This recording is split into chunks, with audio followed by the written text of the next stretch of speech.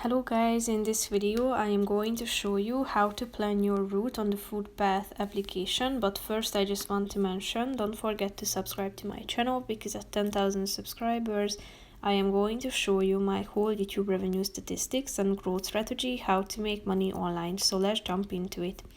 First of all, open the application on your phone.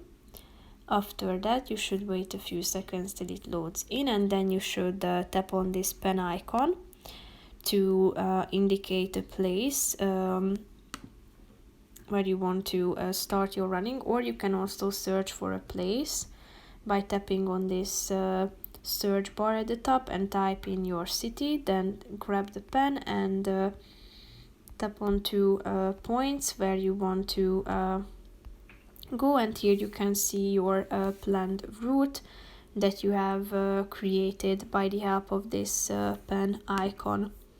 So here you can check out your